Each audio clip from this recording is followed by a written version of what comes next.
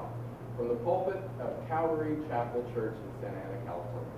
During the Jesus movement, he opened a church in Dana Point, California in 1975. In the 80s, as AIDS epidemic exploded, he embraced members of the gay community by welcoming, meeting, and listening to their struggles. He became the kind of like the choice of the homosexuality. I mean, people really was drawn to him by his word. And he appeared in a documentary film called Frisbee, the story of Lonnie Frisbee, a gay preacher who was instrumental in helping build the Calvary Chapel Church movement, and he is the author of numerous books. So let's please welcome Chuck Smith.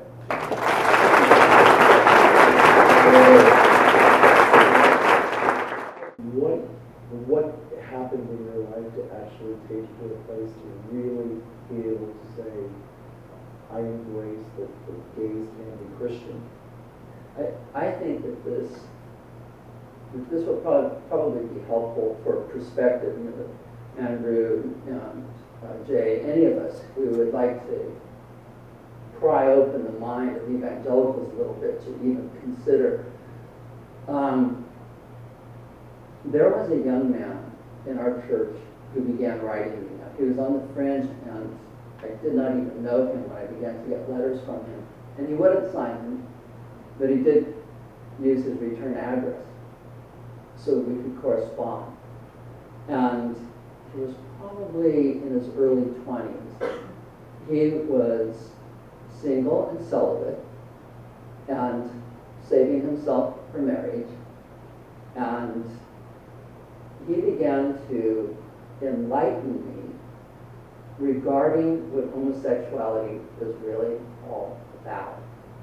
And so the myths that I embrace, you know, all gays are pedophiles, you know, that sort of thing, he began to unravel that for me. He was the one who helped me to see this is not choice. And you know, through his experience, and this was a process of years. It was funny because when he partnered up, he and his partner and I would meet for lunch occasionally, and have these exchanges, and they'd say, well, we're praying for you, that the Holy Spirit will open your eyes to understand. And I said, and I'm praying for you, that the Holy Spirit will open your eyes. But it was amicable, and I knew Jesus lived in their hearts. So I had my theological issues, which I think this is a really important thing. When someone says, well, what does the Bible say about homosexuality? You're taking it to a theological place, and now I'm talking about homosexuality as an abstraction, you know, the homosexual issue. But I did not come at it theologically. I came at it pastorally. People are suffering. People are in pain. People have an issue. And they feel either excluded completely or kept to the periphery, to the margin. And here was a young man who was not apologizing for being gay and not trying to get rid of it. Pray for me, pastor, cast the demons out, counsel me, get me, you know, what does the Bible say, how do I get out of this? He was just fine with it and being a believer in Jesus. And that was my first exposure to a gay Christian.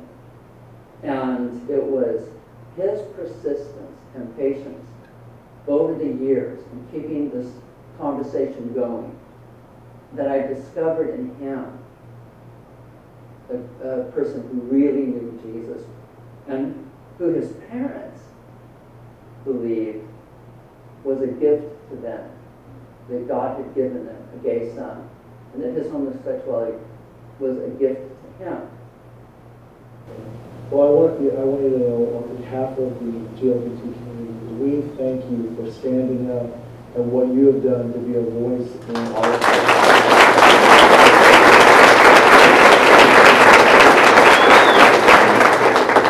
So where do you see your ministry going to this next decade with the LGBT community?